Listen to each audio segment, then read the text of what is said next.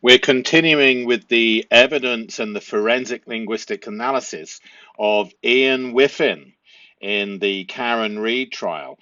And if you're new to the Karen Reid trial, this is Karen. She was accused of the murder of her boyfriend, who was a Boston cop at the time, who was found killed on the front lawn of a fellow Boston cop. This is John on the right-hand side, with Karen there on the left. And the cops whose house it was, whose front lawn, the cop rather, whose house it was, the front lawn that John O'Keefe was found dead on, is a man called Brian Albert. And Brian Albert managed somehow to stop the police investigating inside the murder house where the party was. And various excuses were given as to why no forensics teams were sent in, why essentially 34 Fairview became completely off limits to all the investigators. And this judge, Canoni, effectively barred the inside of 34 Fairview from the trial. So now you've got the police, the investigators, refusing to investigate the murder house, and this young lady refusing to let the murder house into the trial. So no wonder people say there's something rotten in Denmark. Anyway, without further ado, let's quickly recap for 2 or 3 minutes what Ian Whiffin has to say for himself on the witness stand. And what we've done in the previous analysis is we've identified where he's being deceptive, where he's being cagey, for want of a better word, when he hedges. And we're putting in deceptive markers or deceptive flags when we see that. And then we're going to do a forensic linguistic analysis to see what intelligence we can find. And if you've been following the VEROSCOPE channel for a while, your skills of being able to spot deception, outright lies, gaslighting should have significantly increased. So if that's a subject that is of interest to you, learning how we lie about human behavior generally, then the VEROSCOPE channel is probably of interest. Do subscribe. And if you get any value out of this video, do like. Let's hear what Mr. Whiffin has to say for himself for 2 or 3 minutes, and then we'll go back to the analysis. Are you aware that a firm called Aperture, on behalf of the Commonwealth, has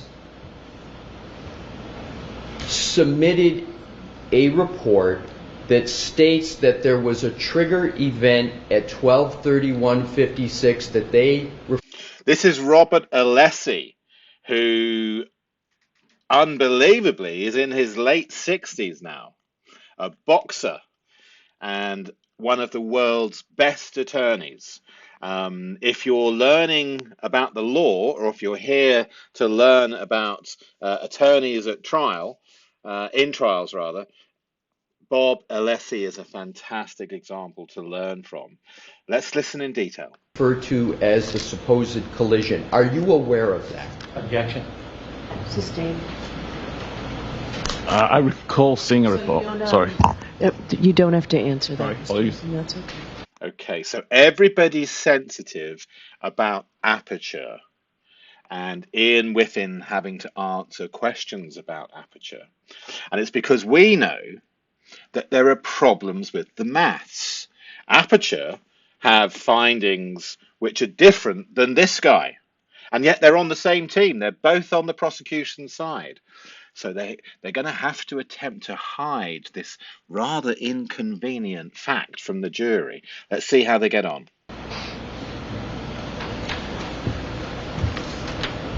Mr. Whiffin, are you familiar with a firm called Aperture? I'm vaguely aware of them. I've heard of them once. Are you familiar with a person by the name of Dr. Judson Welter? I'm not, no.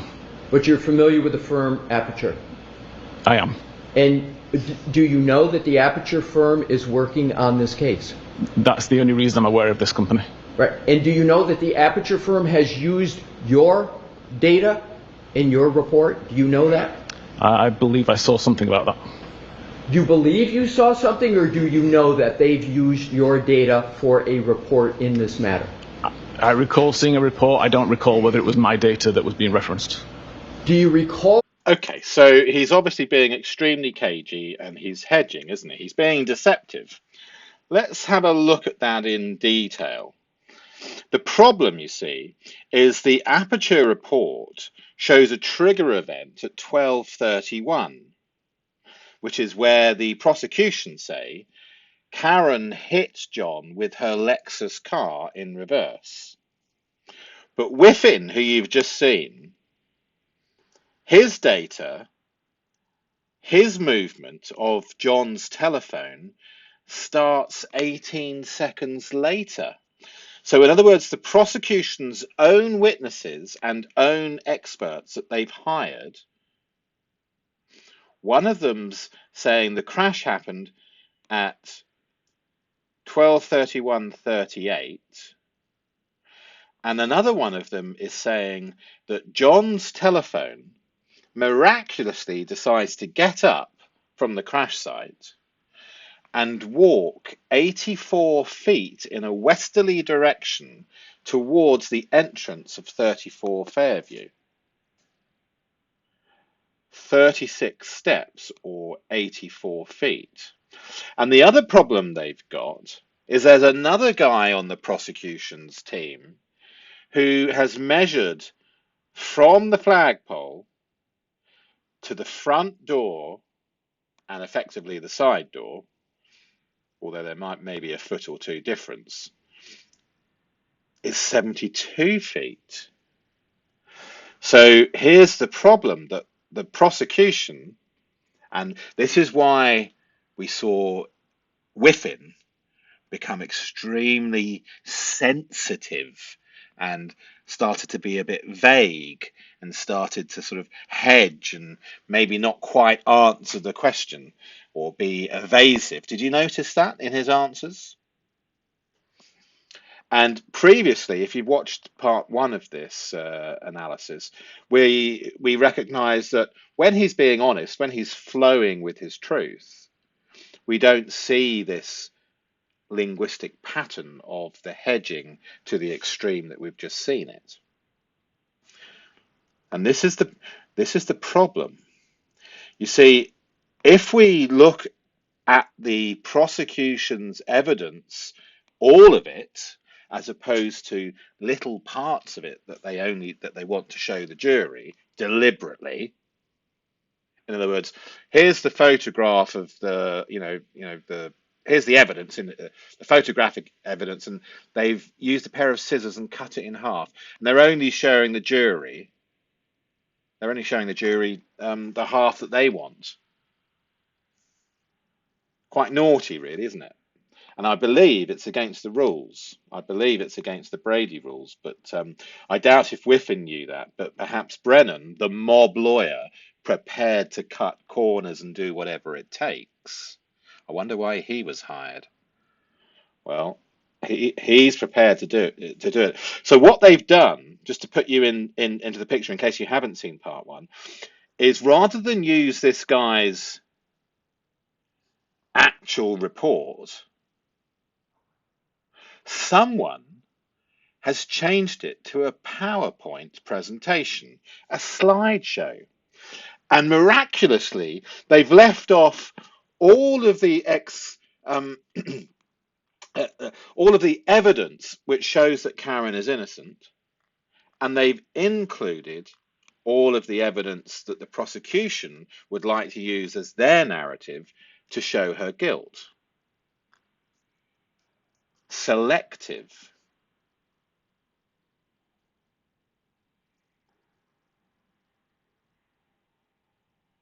Bob says, Karen's attorney, "Are you familiar with a firm called Aperture?" Whiffin's answer, "I'm vaguely aware of them. I've heard of them once." Isn't this strange? They are a major part of the trial, a major part of the prosecution. What do we get from Whiffin? absolute distancing language. I'm vaguely aware of them. I've heard of them once. This pattern is deception. He's trying to make well, first of all, he doesn't know what Bob Alessi knows. So when someone who is being evasive because they're sensitive about the truth coming out entirely, or they're a little bit sensitive in areas of their report which are a bit, shall we say, up for questioning, well, they get sensitive in those areas. They almost raise the flag and say, hey, look over here. This is the bit that I'm really sensitive about because I feel a bit bad about it morally. And they literally put their hands up. If you're looking, if you're analyzing, if you're actively listening and developing that rapport, that linguistic empathy with the person that you're listening to. So immediately we spot a change of his style of language. We're talking about Whiffin here, because he's not normally evasive like this. He even uses the word vaguely. So suddenly he's becoming a vague himself. I'm vaguely aware of them. I've heard of them once. See, this once bit to emphasize just how vague it is. I mean, if we really search deeply at the back of your mind with him, perhaps you'll remember a firm called Aperture, perhaps? Anyway, this is the answer we got. Bob then has to go. Sorry for over-egging this, but it's important. This is a murder trial, and they're framing an innocent woman, attempting to anyway. Luckily, the jury saw through it. Do you know that the Aperture firm is working on this case? That's the only reason I'm aware of this company. So suddenly, this vagueness and this heard of them once becomes a bit clearer all of a sudden, but only because the blood is being squeezed out of the stone by Alessi. It's not being volunteered. So in deception detection or statement analysis or forensic linguistic intelligence, there are various principles.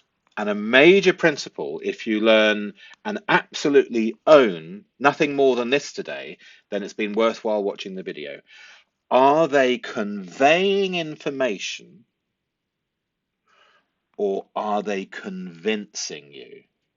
Convincing language versus conveying information language. Here, we don't have cooperation of conveying information. We have obviously extreme distancing, and every now and again coupled with convincing. That's the only reason I'm aware of this company. Only reason. Is that right? The only reason that you're aware of them, even though you're only vaguely aware of them, and you've heard of them once. So this is obviously going to be deception. And not only that, I think we're going to see that this is proven deception within just a few sentences. Let's see if that happens. Alessi says, and do you know that the Aperture firm has used your data in your report? Do you know that? I. So whenever we see this I pattern, very often it's because of self-censorship here at the unconscious level. Don't forget, this is happening really rapidly, really fast. I believe I is quick. It can go over your head unless your radar's on. We have the I pattern, the I believe I pattern, which we see so many times in deception. And for those who have watched 9 or 10 VEROSCOPE videos, you'll recognize this pattern immediately. I believe I saw something about that. That, by the way, is far away in comparison to this. I saw something about this. Not the best example, but in terms of remembering the difference between this and that is distancing. This is closer. It would be wrong to use the word this in this instance, but as a teaching example, that is further away, and this, if this was the word, this is closer. Does that make sense? I believe I. He's hedging. He's uncomfortable. He wasn't entirely sure what to say. He doesn't know how much Bob Alessi knows, but it's dangerous. Dangerous enough that his entire language pattern has changed. This is dangerous territory. Dragons be there. So you have to tread carefully. And what do we see? He starts to tread carefully. Alessi says, do you believe you saw something, or do you know that they've used your data for a report in that matter? So Alessi wasn't happy with this hedging and forces him. He says, I believe I saw something about that. Alessi says, do you believe you saw something, or do you know that they've used your data? I recall seeing a report. I don't recall whether it was my data that was being referenced. Now look at the difference. I'm vaguely aware of them. I've heard of them once. After a few squeezes of the stone to get some blood out, I recall seeing a report. I don't recall whether it was my data that was being referenced. Oh, so you've read the report then, have you? Well, let's have a look. Let's see what happens. Do you recall receiving a report from Aperture? I do. Oh dear. This is all falling apart, isn't it? And did you read the whole report? I self-censorship it.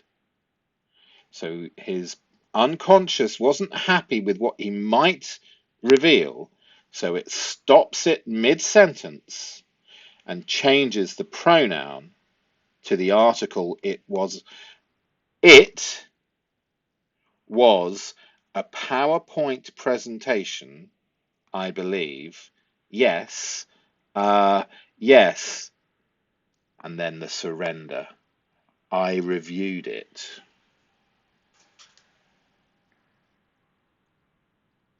Watch that again. Know that the Aperture firm has used. Vaguely aware of them, I've heard. I recall seeing a report. Sorry. Submitted a report 56. Are you aware that a firm called Aperture, on behalf of the Commonwealth, has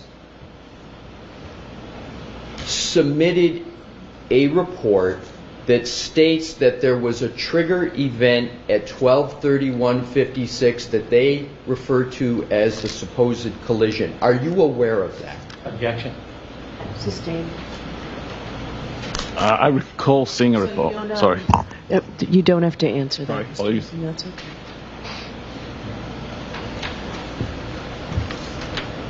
Mr. Whiffin. Did you notice that the level of coaching is sufficient that when he does answer that question, when it's rephrased by Alessi, I recall seeing that report. Did you notice that? So he has the coached, rehearsed answer because the prosecution know they've got a major problem. The major problem being, if they show the evidence to the jury, it proves that phone travelled after, at least 18 seconds after they claim John was hit by the car. miraculously gets up and walks towards the house in a westerly direction, 84 feet, 72 feet to the door, which theoretically means the phone went inside. But they don't want the jury to hear this. Obviously. So there's coaching. They know it's a bloody problem. We've got an 18-second bloody gap. We've got to hide somehow or explain. Because the narrative now doesn't fit their own experts' evidence between them. This is why we're getting this sort of face.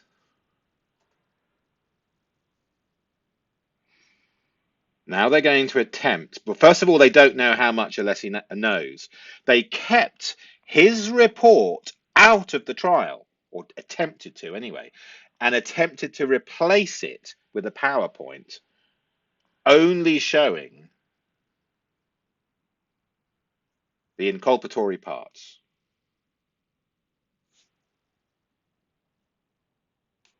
Let's carry on. Are you familiar with a firm called Aperture? I'm vaguely aware of them. I've heard of them once. Are you familiar with a person by the name of Dr. Judson Welcher? I'm not, no. But you're familiar with the firm Aperture? I am. And do you know that the Aperture firm is working on this case? That's the only reason I'm aware of this company. Right. And do you know that the Aperture firm has used your data in your report? Do you know that? I believe I saw something about that. Do you believe you saw something, or do you know that they've used your data for a report in this matter? I recall seeing a report. I don't recall whether it was my data that was being referenced. Do you recall seeing a report from Aperture? I do. So you reviewed a report from Aperture? Several months ago, yes. And did you read the whole report? It was a PowerPoint presentation, I believe? Yes. Yes, I reviewed it. And you recall reading that? So this vague company that he can hardly recall, and perhaps, do I know them? Let me see. Do I know Aperture? Aperture. Yeah, I kind of know them, maybe. That has turned in the course of 4 or 5 sentences to reading the bloody report. Entire PowerPoint presentation. I don't recall what it said, but I remember reading through it. Ah! So now I remember reading through it, but can't recall. So basically, Bob Alessi is now going to have to keep squeezing the stone to get the blood out. He's got as far as he now admits he's actually read the report, but now he can't remember what's in it. This is deception. This is evasion. Why? Let's find out. Let's listen to another part a little bit later on. The final health activity of note on John's phone can be seen to have occurred between 12:31:56 and 12:32:16, during which 36 steps were recorded, covering a distance of 25.4 meters, again at 84 feet, according to healthdbsecure.db. Do you recall writing that? I do. And you used in your report 36 steps were recorded covering a distance of 25.4 meters or 84 feet, correct? Correct. Do you know a trooper named Nicholas Garino? I'm aware of him, yes. Are you a little more than aware of him? You've worked with him on this case, haven't you? He sent me some of the files related to it, but further than that, I've got no relationship with him. But isn't someone sending you files on a case you're working on, working with the person? Isn't that a fair conclusion? It could be. Do you recall reading any reports of Nicholas Garino? I don't recall reading a report by Nick. Does that mean you didn't read it, or you just don't recall reading it? I honestly can't remember if I did or not. I remember some of the reports that I read for this case. I don't recall if one was by Nick. Would it refresh your recollection if I showed you a portion of his report to determine whether you would have read it? Please. Thank you. Sure. Okay. Nick Guarino. Do you know a trooper named Nicholas? Oh, excuse the typo here. He says, I'm aware of him, yes.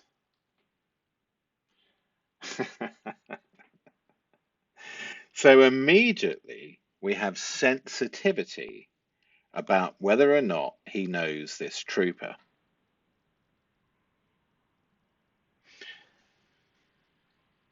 Are you a little more than aware of him? You've worked with him on this case, haven't you?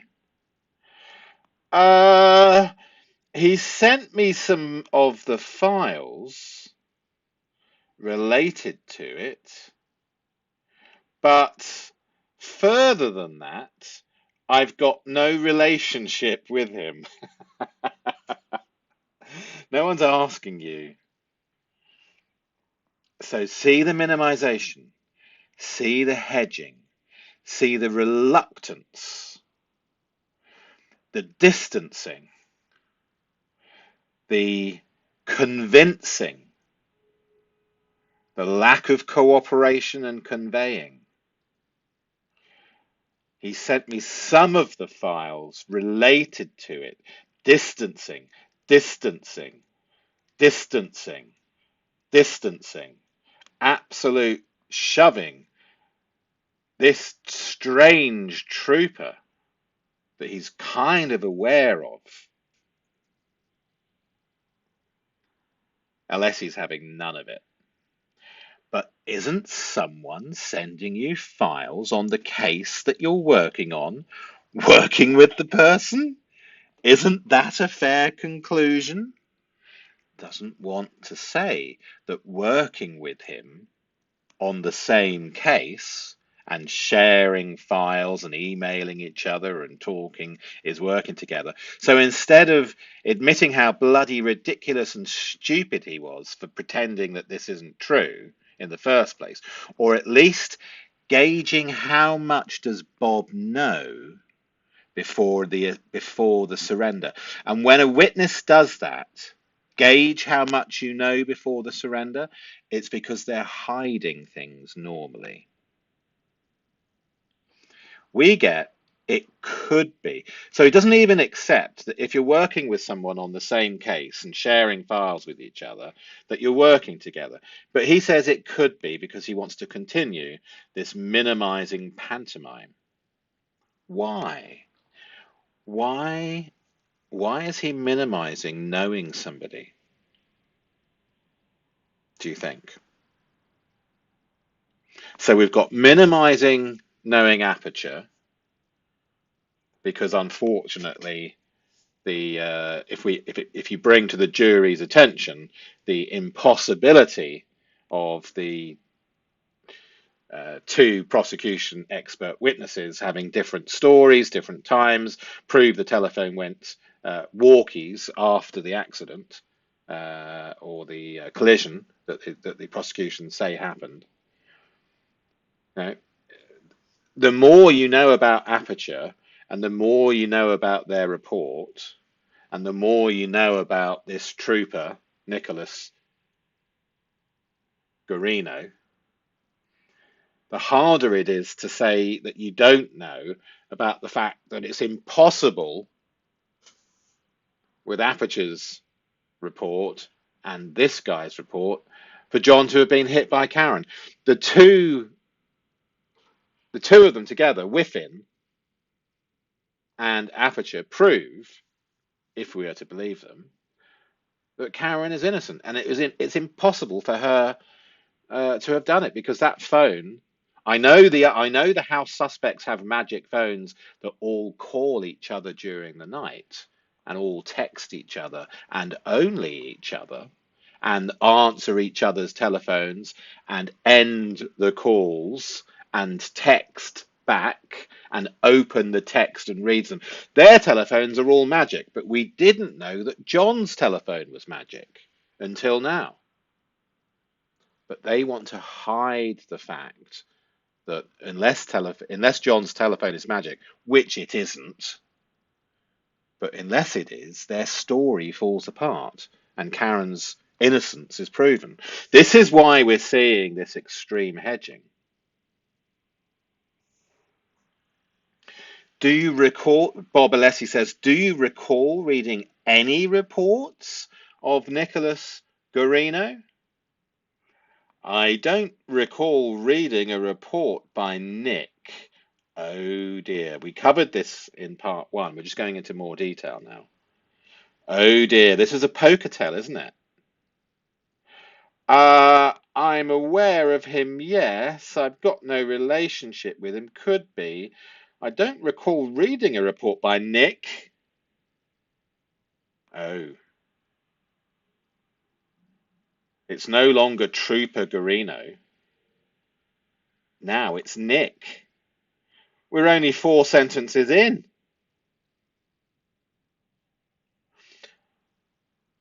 Bob Alessi says, does that mean you didn't read it or you just don't recall reading it? I honestly can't remember if I did or not.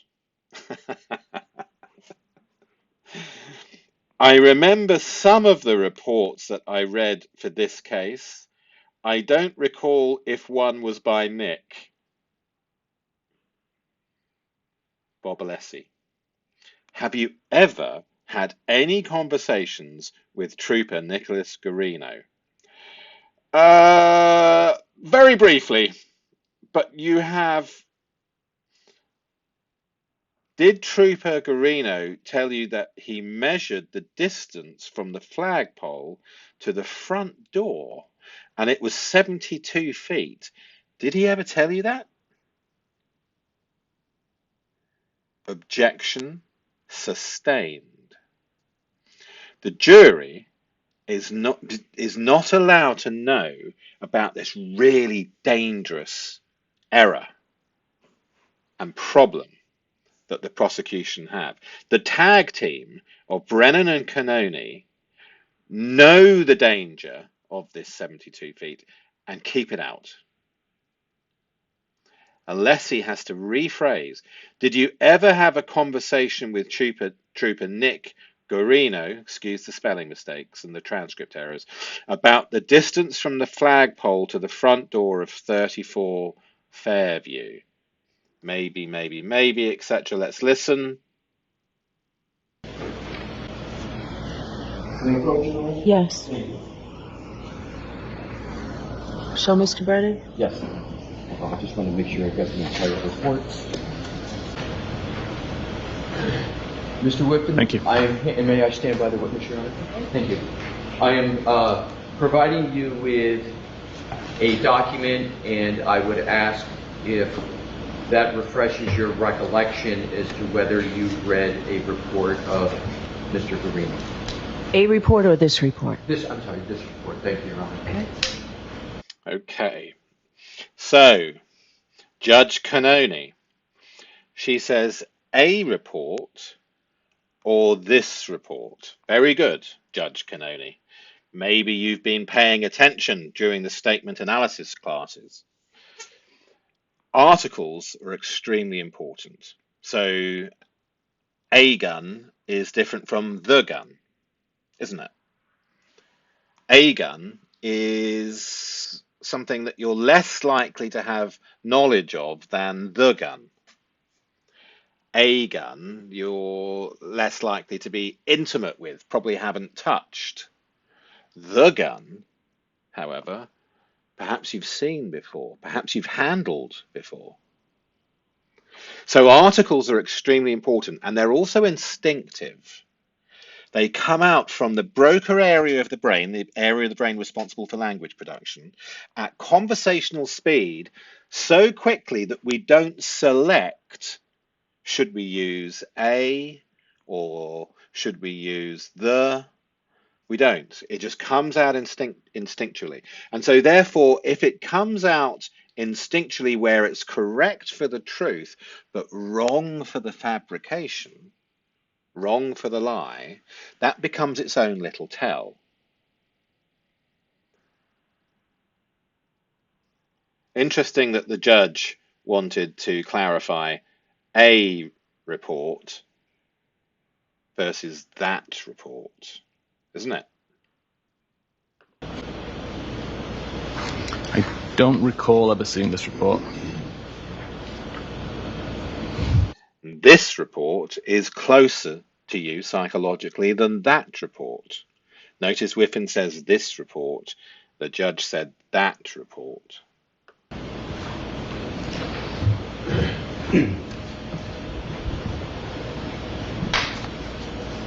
Have you ever had any conversations with Trooper Nicholas Garino? Very briefly. But you had, the answer is yes. Yes. Did Trooper Garino tell you that he measured the distance from the flagpole to the front door and it was 72 feet? Did he ever tell you that? Object to the floor. Sustain. Did you ever have a conversation with Trooper Nick Guarino about the distance from the flagpole to the front door of 34 Fairview? Maybe. Maybe. Maybe. So, is it maybe then you... Maybe. Look at the face. He knows this is so much of a problem, but he's been coached by Brennan to avoid this at all costs. They were really hoping this wouldn't come out. Don't forget, this guy's report's not been put into evidence, and instead someone, and I don't know who yet, but I don't think it's this guy, because this guy's got no reason to frame Karen Reid. And this guy's report, even though you might argue with the tech and say if it's wrong or it's right, the report itself showed all of the evidence that was found, good and bad, positive for the prosecution or positive for Karen. Nothing was hidden in the report. It was, no, we're not going to argue of the truth of it, but in terms of the entirety of the report was shown. So it was fair and balanced that way. But the PowerPoint, by the way, not my PowerPoint, as someone whose name I forget, I do apologize, you'll know who you are, in the comments said, not my PowerPoint, the PowerPoint, the distancing, the lack of ownership. I don't think Whiffin wrote the PowerPoint. I think somebody in the DA's office did. And was it Trooper Garino? Because he's very sensitive about knowing him too, isn't he? Had a conversation with him in which he stated to you that that distance is 72 feet? It's maybe. The third maybe. And the little duper's delight, knowing that he has. Maybe at the end. So if we go back to what we were discussing earlier about the steps and the distance covered, and this is in your report of March 2025, where we've talked about this, and it's the final health activity of note on John's phone can be seen to have occurred between 12:31:56 and 12:32:16. Is this the correct slide? No, it's not. So let's take it down. Thank you, Your Honor. Let me start that over. The final health activity of... So he's talking about 72 feet versus 84 foot. Let's quickly recap where we've got up to. The Aperture, remember that company that it's very difficult to get that he knows Aperture. Of course he knows Aperture. He knows them extremely well. The whole bloody case is reliant on his report and their report. But 18 seconds later, after Aperture say the trigger event happened, and in their story is that now John gets hit by Karen and the car.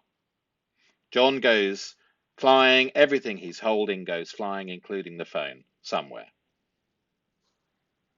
But then magic happens. John's phone turns into the Harry Potter phone. 18 seconds after the crash, the device gets up and begins moving 84 feet over a 20-second period westward toward the entrance of 34 Fairview. Oh dear, oh dear. This needs to be kept away from the jury, because this is the evidence from the prosecution's team. Then later we have human contact required with the telephone. We have face ID, and we have the need for fine motor coordination with the hand and the telephone to carry out actions that were necessary for all of this to happen. Human interaction, attention, in other words, to get the face ID to work, and coordination, not the actions of someone dead on the front lawn of a fellow Boston cop. I think you would agree.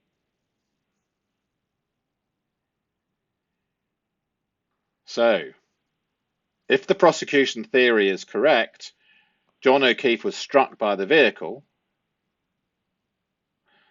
but then the phone actions become unexplainable. And that's where we got up to last time. We also looked at the various arrival times, because Loophole Lawyer, I watched a video of the type of rally car-esque skill set that Karen would need to have in order to get home to One Meadows, where John's Wi-Fi signal was picked up by her telephone. She would have literally had to have been a World Rally Championship driver to make it back in time. But more than that, for her to reverse at the speed that the prosecution say that she did in a blizzard and drunk, if you put a bunch of traffic cones out representing the curvature of Fairview, there's no way anyone can reverse at 24 miles an hour and not clip the curb, but only clip the forearm of, I mean, it's just ridiculous. Anyway,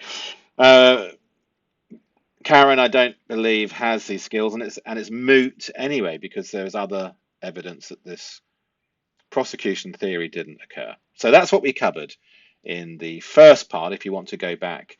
And also, there's a good hour and a half of trial transcript in part one, if that's of interest. So where did we get to? We got to the first omission in the transcript.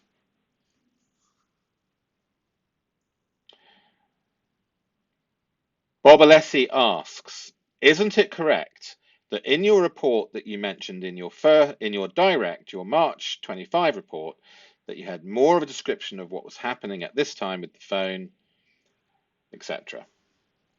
The device is moving west from the roadside towards the house. Isn't that what you had in your report? This is the important bit. The device moving west from the roadside toward the house. You see, it's very important to slow down with these types of witness. It gets very confusing, sometimes on purpose, because deception loves to live in confusion. So whenever I see confusion, we need to slow down even more, because it's highly likely that this is where those who are trying to deceive us have hidden their mistakes. Sure enough, look at the ones we pulled out from here. The witness says, Whiffin, yes, that's covered in the location section of this report, the PowerPoint. So this is what we found slightly unusual yesterday, that if you look at this language,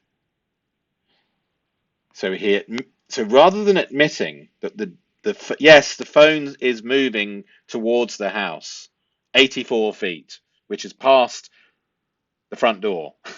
He doesn't want to say that. So instead, he says, yes, that's covered in the location section of this report. And then for some strange reason, abandons his report and says the PowerPoint.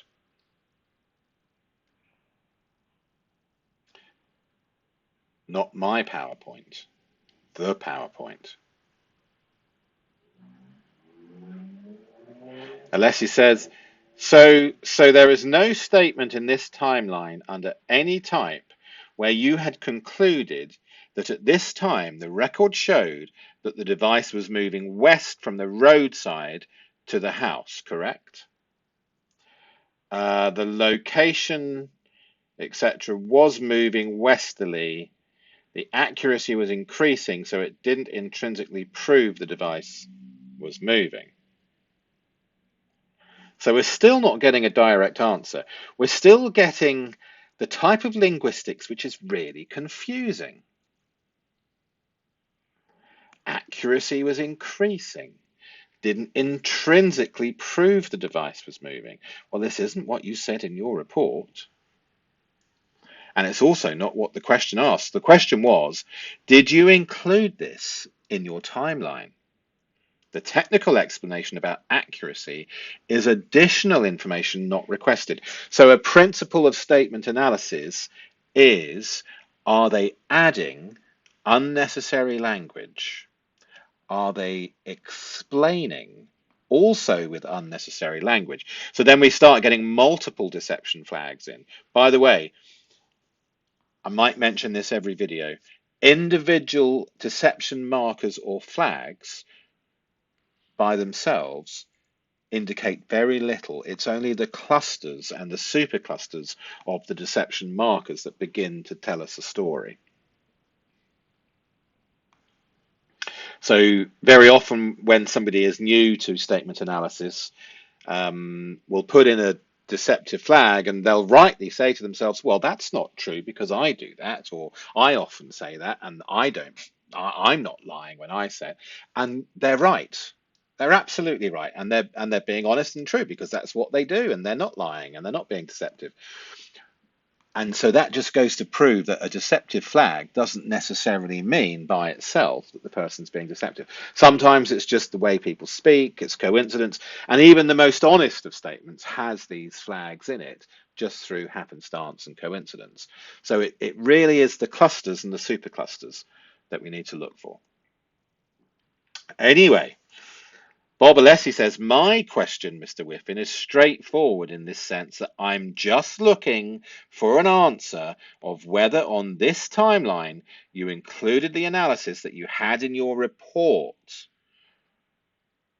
At the time was the device, at this time was moving west from the roadside towards the house. You see, he doesn't want to admit this because it's really problematic.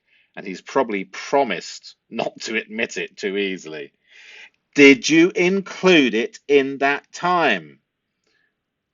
No, I left it out of the timeline. So in other words, on the PowerPoint slideshow, very conveniently, it was left out that the phone was moving towards the house 84 feet, 20 seconds after the prosecution say John was killed by the Lexus. Magic phone, Harry Potter phone, to go and join the other Harry Potter phones in the murder house, all making their mysterious phone calls and texts to each other and only each other all night. And these aren't the old-fashioned phones of 15 years ago with buttons. These are iPhones that they say were on their bedside tables in that sleep mode. You know, you have to pick it up for it to do anything. It doesn't butt call from the bedside table. And we did some statistics on the chances of someone answering,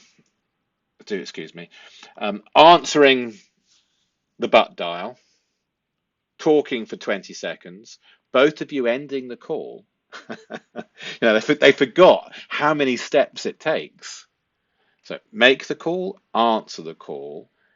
That the person who received the call has to end the call, and I end the call. Then he calls me back and it's a missed call. So I then call him back. He then texts, I then text somebody else. They have to answer. It's just ridiculous. Anyway, we worked it out. It's over 1 trillion to 1. The chances of all of this happening, over 1 trillion. And this is the story they sold us. We have to believe their ridiculous butt dial story. Anyway, John's phone goes and joins the other Harry Potter phones in the house.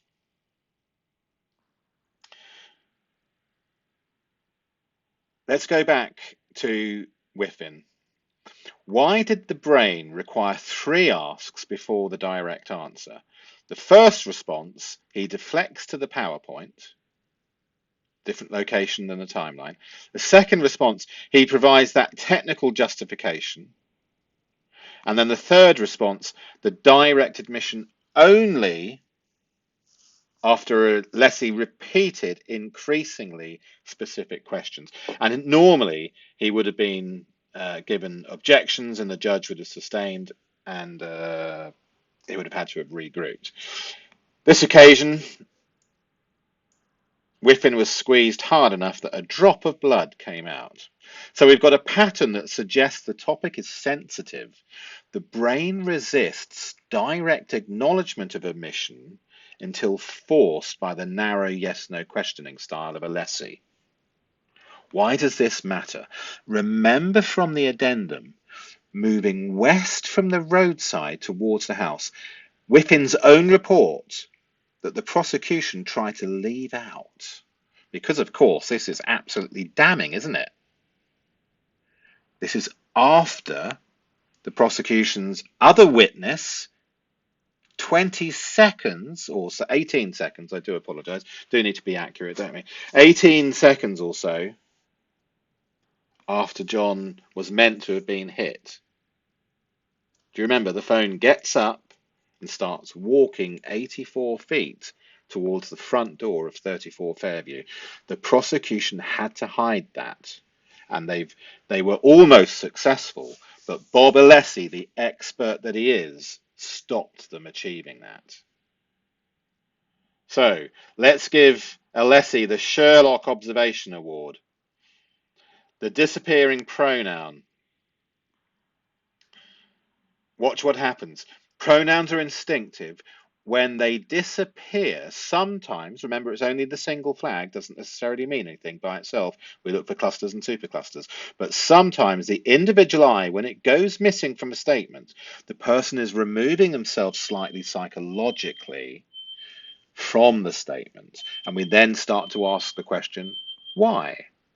Why have they removed themselves psychologically from the question? So there's no I. Not I covered it or I included it.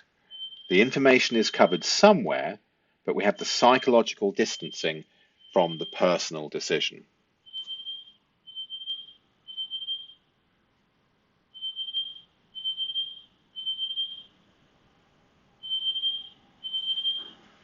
I left it out of the timeline, he says.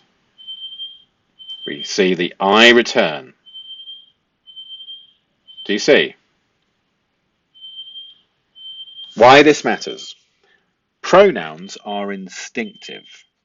We don't consciously choose them. When I disappears where it should naturally appear, discussing your decision about your timeline, for instance, the brain is psychologically ejecting the person from their own action. the expert discusses the data moving, the accuracy increasing, it not proving, but won't say, I decided to exclude it until forced by a direct yes-no question that closes all escape routes. And this is the linguistic signature of someone who knows the decision is problematic. Do you see? The location, etc. Why this matters. So, the pronoun disappearance. We always look for pronoun disappearance. Let me give you an example. Left the house around 9. By the time I got back, the place was on fire. So I didn't say I left the house, I said left the house. Then you might, for some of you might have noticed I used a temporal incuna there, around 9, so in would go the flag. By the time I got back, that's another time gap, isn't it? So in would go another flag. The place was on fire. And those who are more experienced in statement analysis might have noticed I said left the house. By the time I got back, the place was on fire. So the house has become the place. That's a change of personal dictionary. And whenever we see a change of personal dictionary, something has happened to our internal psychology about that word. So the house, now that it's on fire, it became the place. I'm distancing from it. Does that make sense? But the clue arrived when you heard the sentence, left the house around 9. Your radar would immediately get on. Why did he drop, or she drop, the personal pronoun I? And didn't say, I left the house. Instead, it was left the house. Very subtle, easy to miss. But that little psychological distancing from the arsonist is part of the clue. Yes, that's covered in the location section. Second ask, the location. So we've got passivity, haven't we? And then eventually the I returns, but only on the surrender.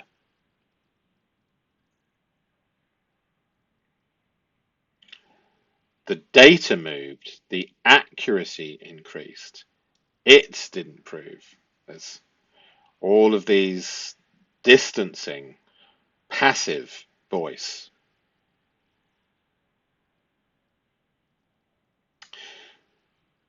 The unprompted because. When people provide justifications before being asked why, reasons why, if we were marking up the document, by the way, we would mark up reasons why in blue. If you want to see how we mark up a document in statement analysis, some of the earlier VEROSCOPE videos spend more time marking up complete documents. And it's very worthwhile doing because it shows you an immediate pattern and it forces you to slow down and actually understand every single word that is in the statement.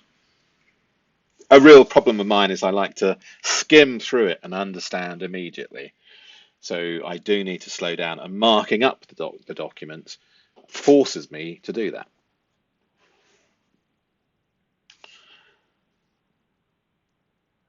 So, reasons why, we would mark those in blue. Did you include this in the timeline? We would expect a yes or no answer, but we're given the location was moving westerly, but at the same time the accuracy was increasing, so it didn't intrinsically prove the device was moving.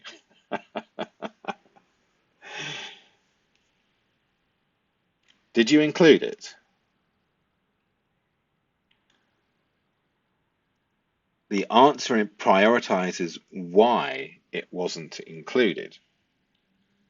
Do you see? So the brain answers why before that question is asked and avoids the actual question. So as a principle of statement analysis, we have avoiding the question deserves a flag for a deception marker.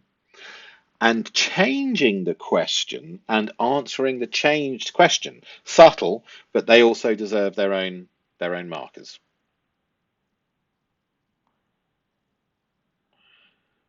John's phone is moving in a westerly direction from the roadside towards the house. This is what the prosecution's own witness says, and we should listen to him because he's telling the truth as far as he's concerned in his report.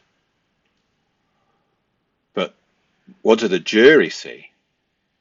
And this is another reason why I think Whiffin didn't write what the jury saw, the slideshow, because this disappears from what the jury has shown. The report's removed and replaced with the slideshow, the PowerPoint. So Bob Alessi systematically walks through the timeline entries, establishing what the phone records show. But then we have the second omission. There was a Bob Alessi showed us in the trial that Whiffin had created these white circles. So if you imagine 34 Fairview, the house, and then Whiffin had created this white circle that covers 3/4 of the house and garage. But they removed that from the PowerPoint too, because that would have shown the jury that the telephone travelled 84 feet in a westerly direction towards 34 Fairview, 18 seconds after we say he had been hit by the car. And of course, the phone's meant to just stay still in the snow, isn't it? In the cat's footprints of snow. It's not meant to get up and start walking inside 34 Fairview. At least no other phone that I've seen does that. So they've got a problem, haven't they? The white circles are part of their problem. They need removing. Get rid of the white circles. It shows the phone could be in 34 Fairview. Who created this PowerPoint that removes the white circles? Alessi says, in the area in white that you're referring to, there are 2 white circles. The largest one there, this in fact was a depiction that you included in your report, correct? Correct. So it's in the report.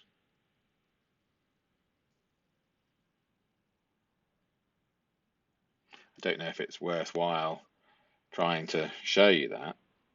Oh, it might be. Oh yeah, look, here we are. So this shows from the phone data where the phone could be. Anywhere inside the white circle.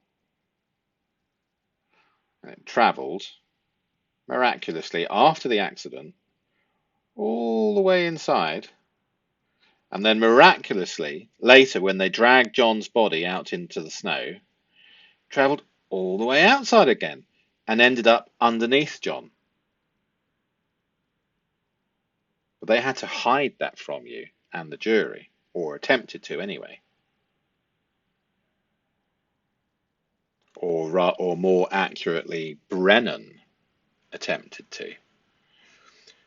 We need to find out from Brennan and Whiffin who made the PowerPoint and who instructed the contents of the PowerPoint and what communications happened about this PowerPoint and who made suggestions for changes about this PowerPoint. Were there any disagreements about the changes? Did anyone suggest that why don't we put the whole truth in and let the jury decide, etc.? Or was there complete compliance to only show certain parts of this report?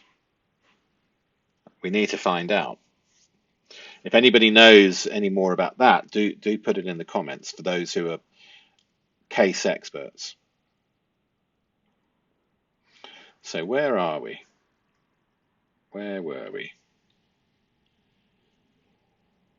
Ah, yeah.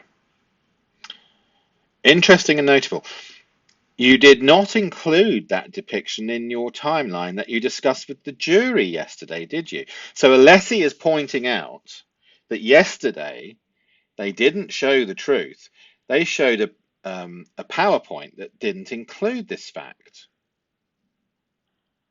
I did not, and forgive the transcript error, I did not know.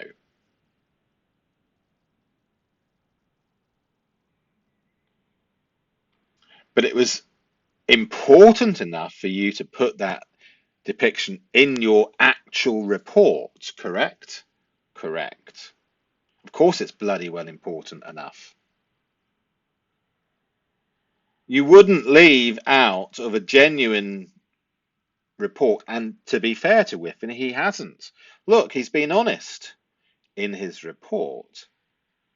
I think it's only when Brennan refused to put the report in, because it was Bob Alessi that had to introduce this report into the trial.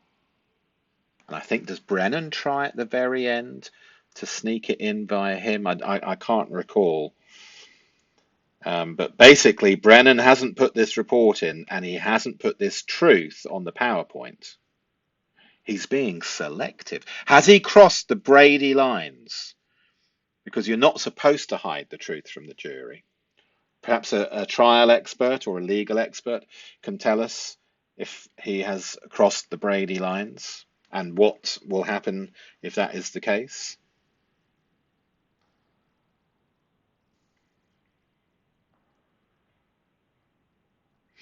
And notably, the larger circle covers a substantial amount of the house. Correct? Correct. So given your testimony on direct yesterday with Attorney Brennan, the phone of John O'Keefe, according to this depiction, could be anywhere within the largest white circle, correct? Correct. And this depiction was not offered by you or the Commonwealth in your presentation to the jury yesterday, correct? Correct. But then he doesn't feel comfortable just admitting the truth. So he says, not in the PowerPoint. His unconscious is trying, in my opinion, is trying to tell us that, sure, not in the PowerPoint, but it was truthful in my report. And he's correct. It was truthful in the report. It's just that the truthful report doesn't suit Brennan and the prosecution. So they're cutting the photograph in half and only presenting the bits that suit and leaving out all of the exculpatory evidence that proves Karen is innocent.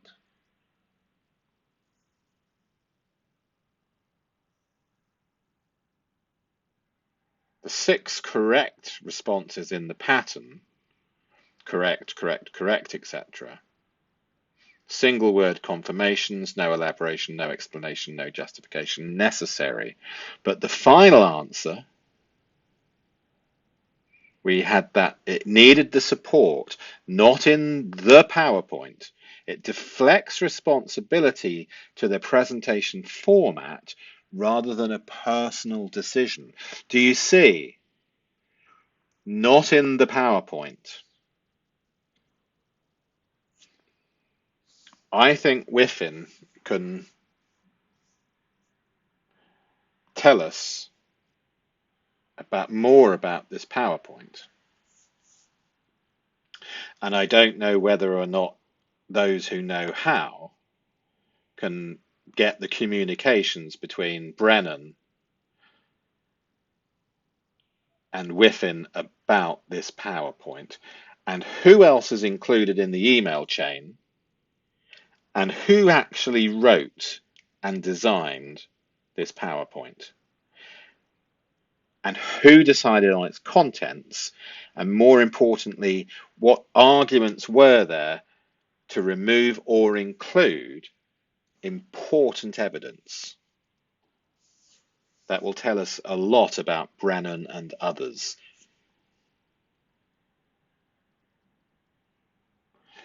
So we have extreme brevity at the damaging admissions.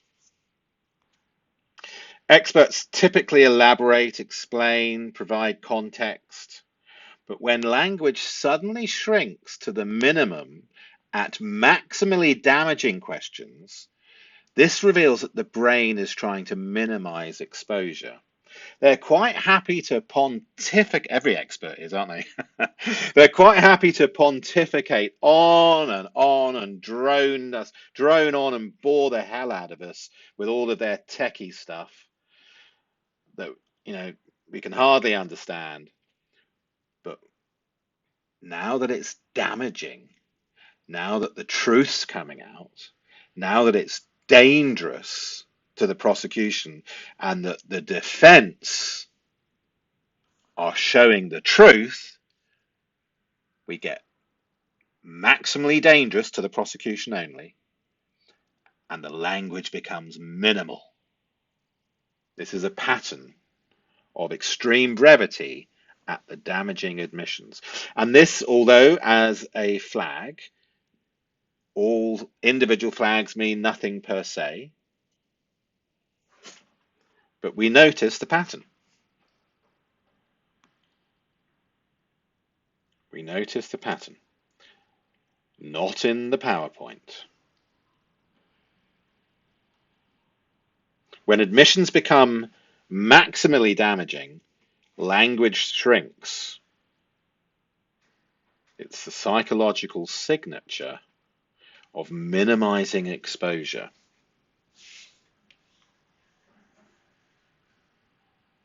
And then we have passive voice deflection.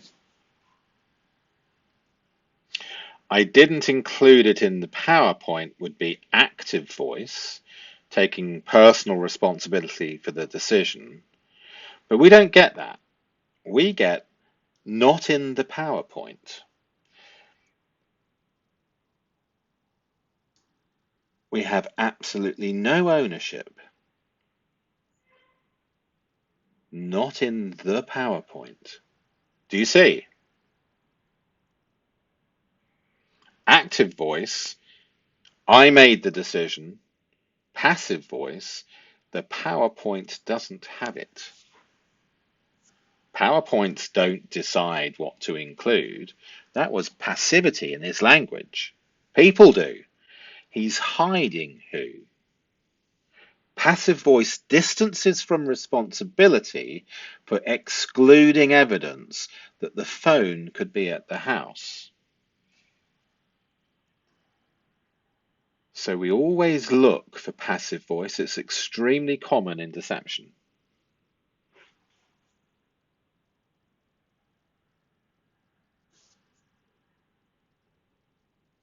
Someone is trying to influence the jury by only showing them a very small part of the photograph. They've got a pair of scissors out and have snipped off the half that shows Karen's innocent. On purpose.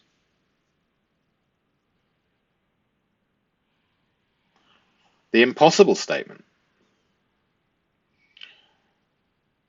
Alessi says, so you then state while location data from this data source, etc., is usually able to identify the location of the device with a high degree of accuracy and reliability, etc., these records are so close to making a distinction between the devices, actual location at the front garden is impossible. Correct? Correct. So it's a bit confusing, isn't it? But basically, he's written in his own report that it's impossible.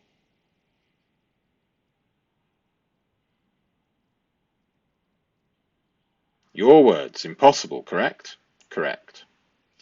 Did you provide any of the information in that paragraph in your timeline, or to the jury in your direct testimony yesterday. In the PowerPoint, don't forget, although Alessi hasn't mentioned the PowerPoint directly, what's the answer?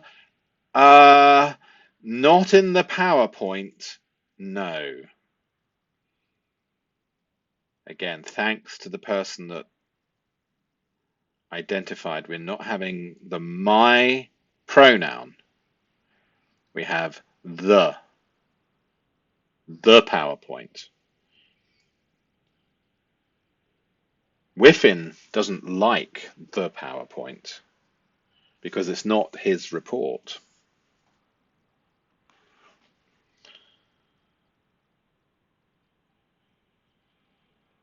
The expert states distinction is impossible in his report, yet presented definitive location opinion to the jury yesterday.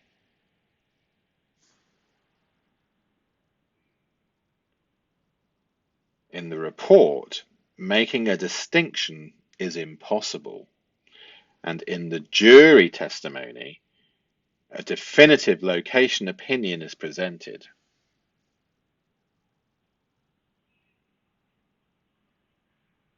So, naughty, naughty. And then we have the aperture timing. The attorney introduces the Commonwealth's other expert report, Aperture. And do put in the comments those who are the case experts and know all about Aperture. This section established the 18-second timing gap. So do put in more about this 18-second timing gap. Alessi says, are you aware, we've covered some of this, are you aware that a firm called Aperture, on behalf of the Commonwealth, has submitted a report that states there was a trigger event? The trigger event being, they're saying this is when Karen crashed into John with her Lexus. Are you aware of that? I recall seeing a report minimizing. We look at that. Remember this? I believe I recall seeing a report, etc. The thing is, the aperture timing contradicts, do excuse the spelling mistake. Apologies to Ian Whiffin for the spelling mistake of his name there. Contradicts Ian Whiffin's movement data, creating the 18-second gap and phone action timeline detailed in the addendum. So we have strategic amnesia, as we do with many of the witnesses, and we have enormous amounts of strategic amnesia with the house suspects. With the witnesses, not so much, but with the house suspects, it's off the scale. Real amnesia affects memory broadly. Strategic amnesia affects memory selectively. Perfect recall on the safe topics, often to demonstrate to the listener how cooperative they really are, but only on the safe topics, and zero recall on contradictory content. And of course, we saw examples of the hedging and the defensiveness. How much do you know, Alessi, because I'm not saying much till I find out what you know, type of attitude that we see sometimes amongst those who are worried about how much the attorney knows.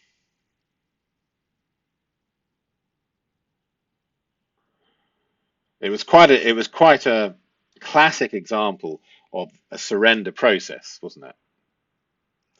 I recall seeing a report, he says. I believe I saw something about that being really far away. I don't recall what it said, but I remember reading it. I mean, to be fair, every single time Alessi squeezes the stone, a tiny little bit more of drop of blood does come through. Very vaguely. Peak vagueness. And then we get the admission that he did read it, but he can't remember at all anything that's in it.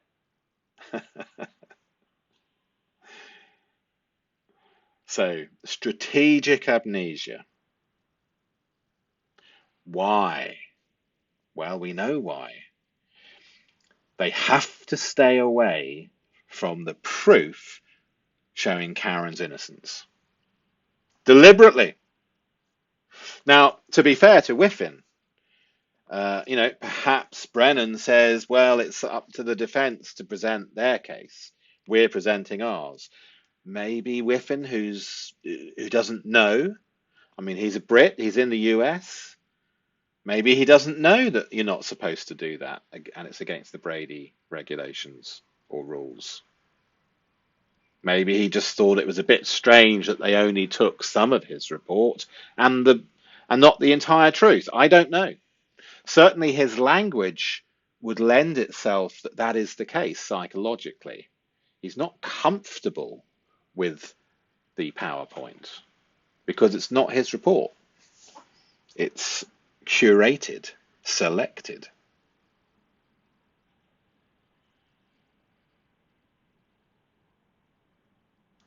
So we have the demonstration of the vagueness. The device is moving west. It's moving 84 feet towards the house. We can see that it can be in the house from the Commonwealth's own expert, but they try to hide that from the jury the day before under direct. They remove everything that proves Karen's innocence.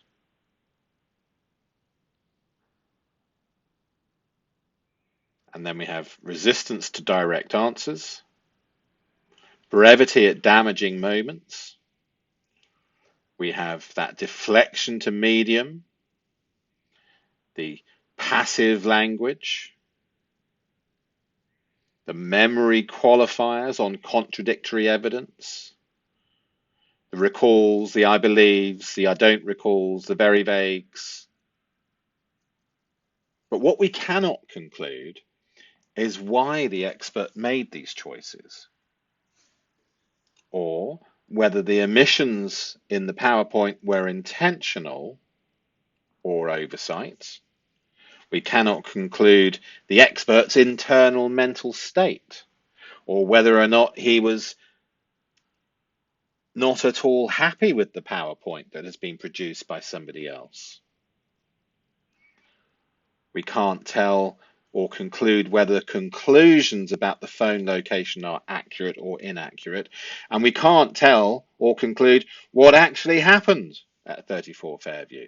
All we can do is observe what others say, and by actively listening, point out the patterns. But it's up to others to determine what those patterns mean. I can certainly give you my opinion, but everyone else can see the patterns, have their own view of those. In many ways, what we're doing is we're identifying for a lot of people what it is that has caused your gut feeling about this, and we're identifying some of the unconscious language patterns which trigger that person's gut feeling.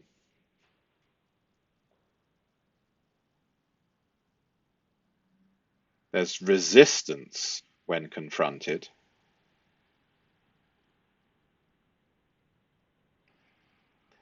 And there's evidence of awareness of the problem and coaching to get past it. The memory becomes vague, but strategic amnesia and fine where it's safe, or where it is deemed on the Commonwealth's side, if that makes any sense. Quite happy to talk about that. It doesn't need to be vague then. So it's selective vagueness.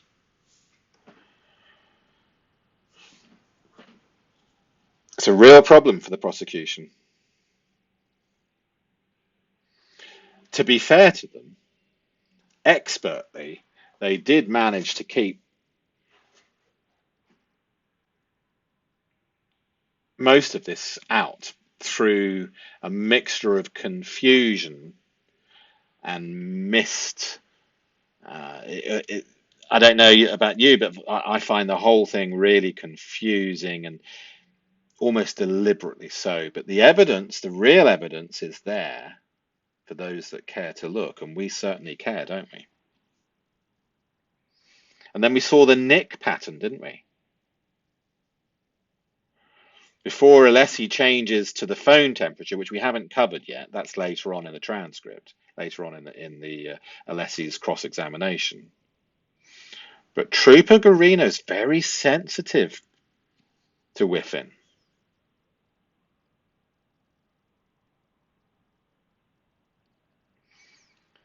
I'm aware of him, yes.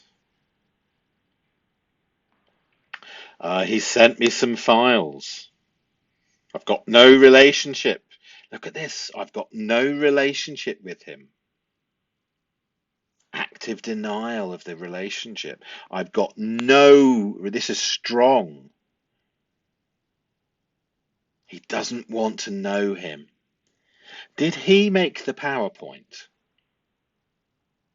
He sent me just files he sent me.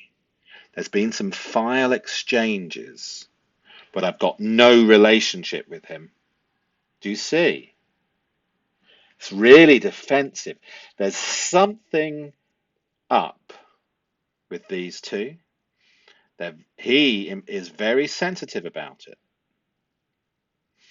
I don't recall reading a report by, and then he makes the poker error, doesn't he? A tell. Suddenly, Trooper Garino has become Nick. Nick, who I've got no relationship with him. Trooper Garino, who I've got no relationship with, has suddenly turned into Nick. Oh dear. I honestly can't remember if I did or not. Honestly, I remember some of the reports that I read for this case. I don't recall if one was by Nick.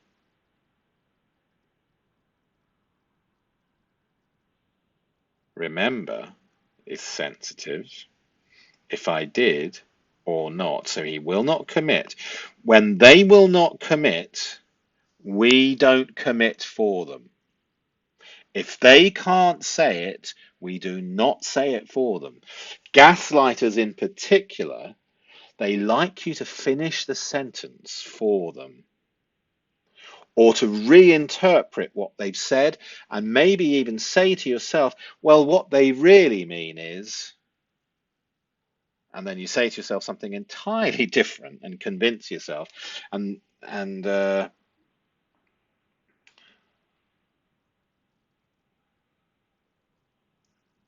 in my opinion, this is deceptive. He does recall if one was by Nick. He just doesn't want to because it's dangerous.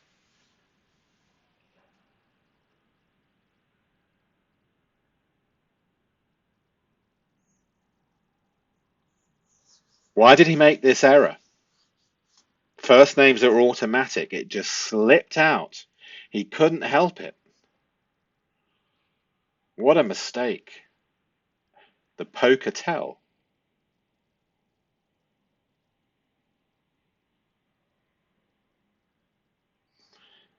Gradually we have very briefly and the surrender.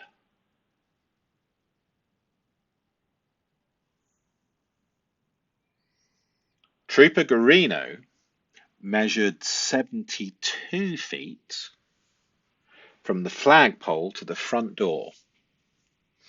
Whiffin's analysis, 84 feet. Now, Bob Alessi tried to get this into the trial, but there was an objection, and Canoni sustained it. So Alessi couldn't quite get this in elegantly. But the point is this: Trooper Garino and Whiffin know the telephone travelled westwards towards the house for 36 steps, 18 seconds after John was meant to be incapacitated.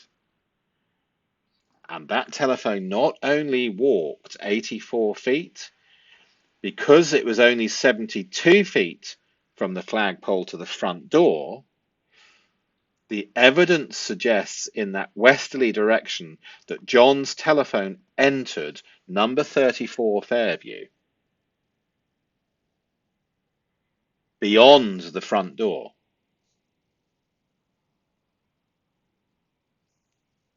And that's not convenient to the prosecution.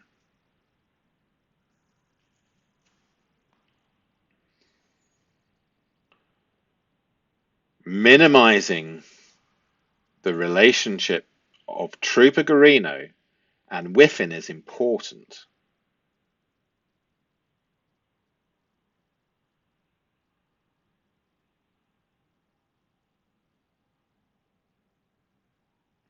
There's concealment of the level of relationship with investigating officers. Not just with this witness, but also with the house suspects. We have initial resistance when Whiffin is pressured. We have defensive language. And then we have the brain often revealing the truth through a tell or surrender.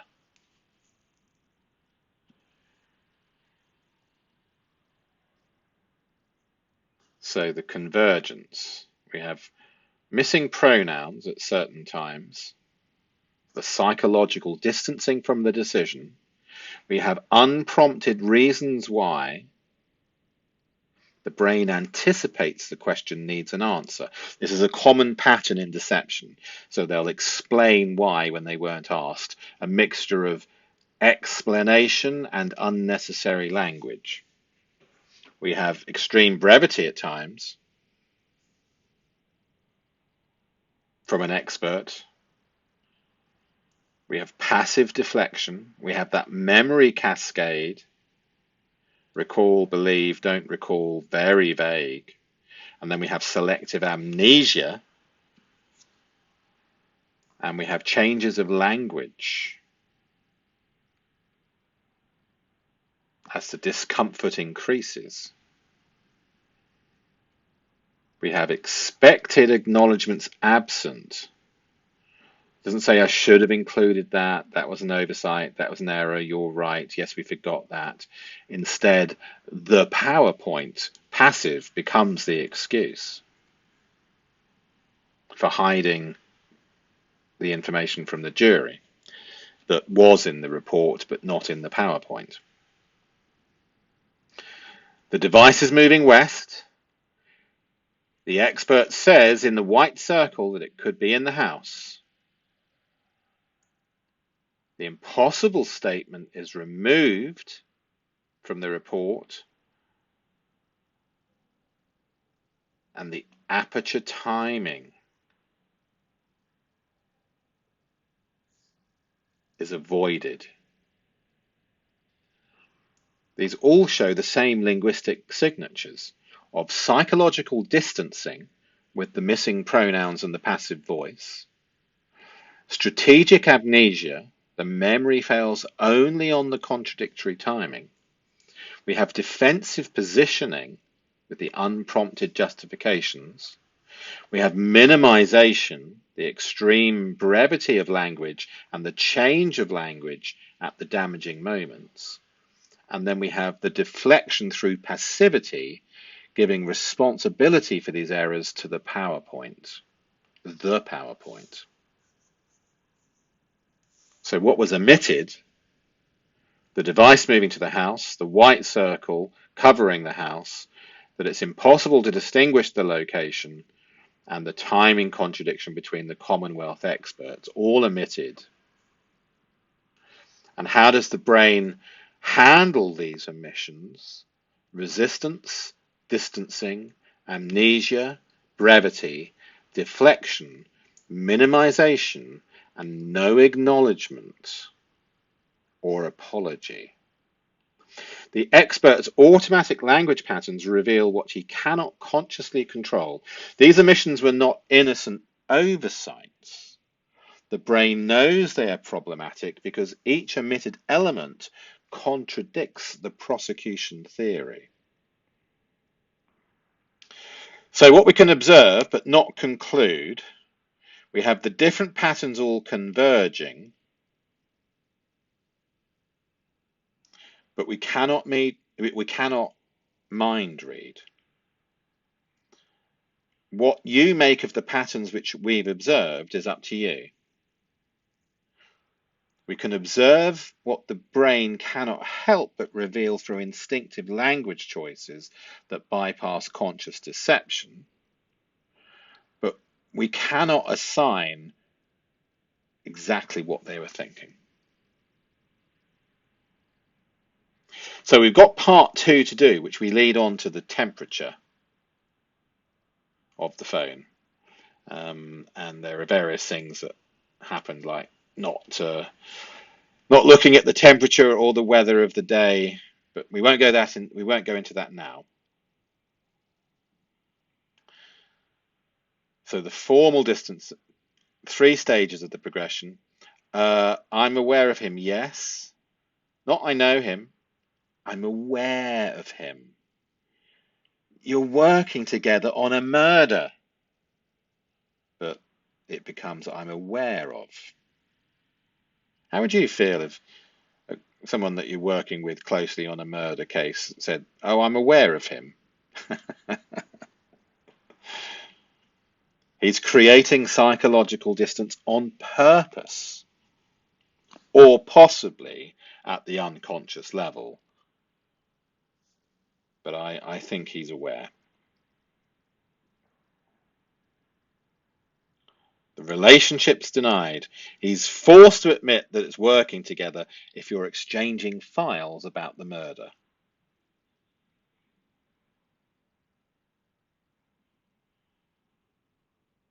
And he calls him Nick. He's familiar with Nick. He's not just aware. And he does it multiple times. We know that first name slip really told us the truth, didn't it? You know, these slips are very common. It's not just in the movies. Undercover, of course, you have to be really careful there. And that's why it's always worthwhile not to change your personality. It's bad enough for the undercover person to act the falsehood, let alone change their own personality too.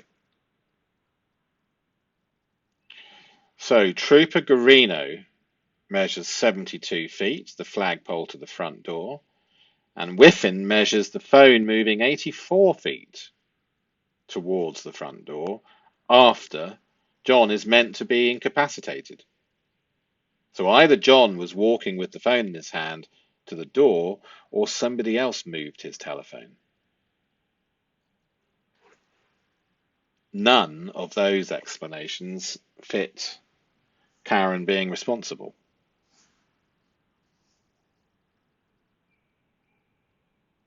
So, are the expert and the trooper coordinating? Is the expert truly independent?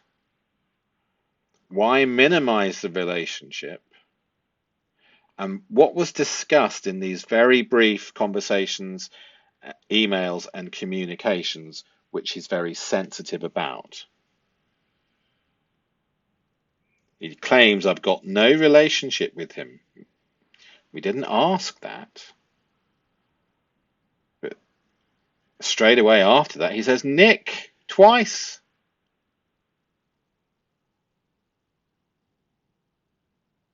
So all 8 patterns. Device is moving, the phone is moving west into the house. The aperture timing says that Karen's already left when this magic phone travels 84 feet inside 34 Fairview.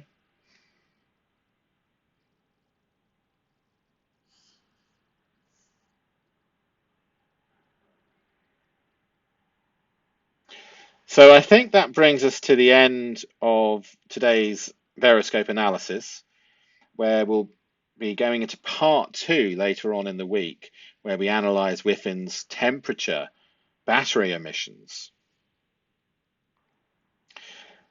I hope you enjoyed today. Don't forget, do feel free to share X, Reddit, Facebook, etc.